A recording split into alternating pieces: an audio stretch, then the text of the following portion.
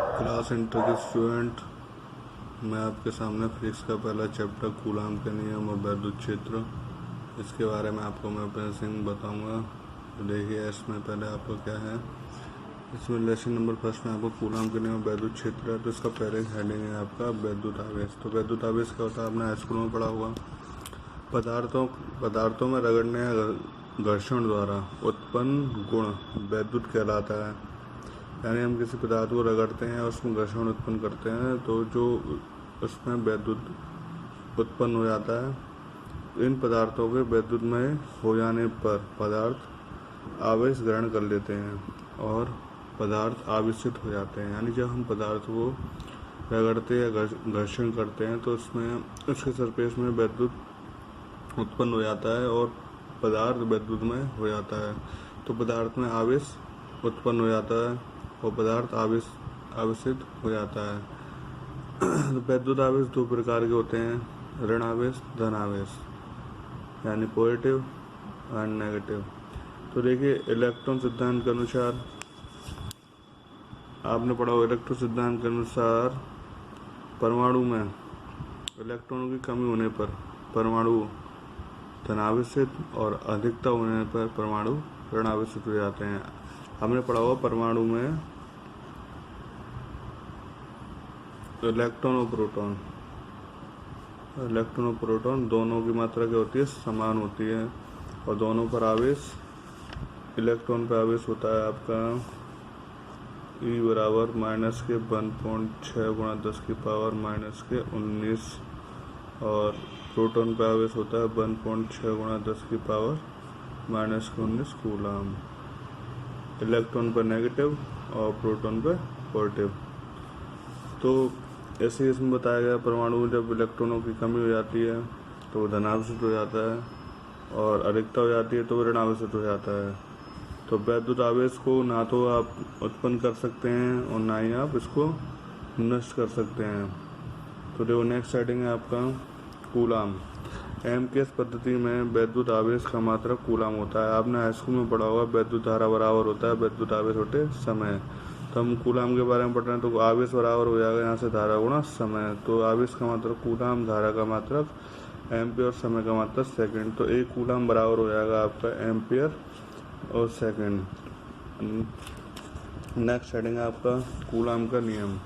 तो कूलाम के नियम में आपको बताया है, दो समान आवेश एक दूसरे को प्रतिकर्षित और विपरीत आवेश आकर्षित करते हैं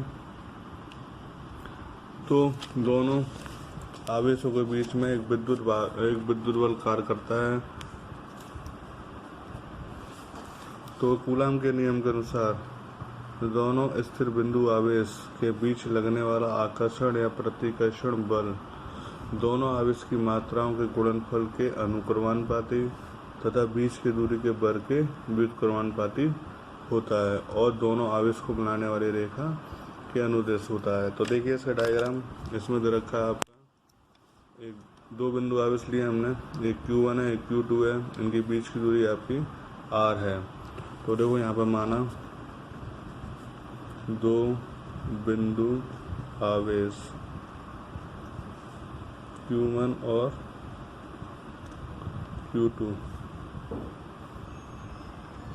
एक दूसरे से R मीटर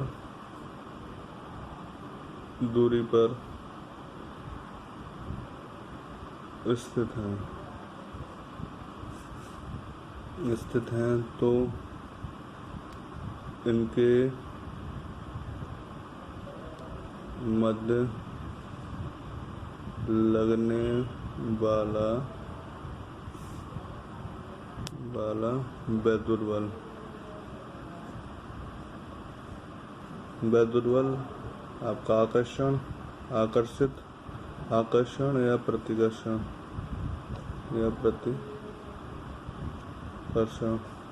हो सकता है बल। तो F direct proportional Q1 Q2 हमने इसमें बताया। देखो दो बिंदु आवेशों के बीच लगने वाला आकर्षण या प्रतिकर्षण बल आवेश की मात्रा के गुणनफल के अनुक्रमानुपाती। तो यहाँ से वैद्युत बल आवेश के गुणनफल के अनुक्रमानुपाती। तो क्वेश्चन नंबर फर्स्ट हो गई। और सेकंड में आपके नीचे कह रहा है बीच की दूरी के वर्ग के व्युत्क्रमानुपाती होता है। तो बीच की दूरी इसकी आपकी आर है, तो F डायरेक्ट प्रोपोर्शनल 1/r²। समीकरण 2 1 और 2 को मिलाने पर तो F direct proportional Q1 Q2/r²। Transfer हो जाएगा F बराबर K Q1 Q2/r²। K क्या है? ये आपका है अनुक्रमानुपाती नियतांक। तो K का मान होता है आपका 9.0 × 10⁻9 न्यूटन मीटर स्क्वायर प्रति कूलम स्क्वायर।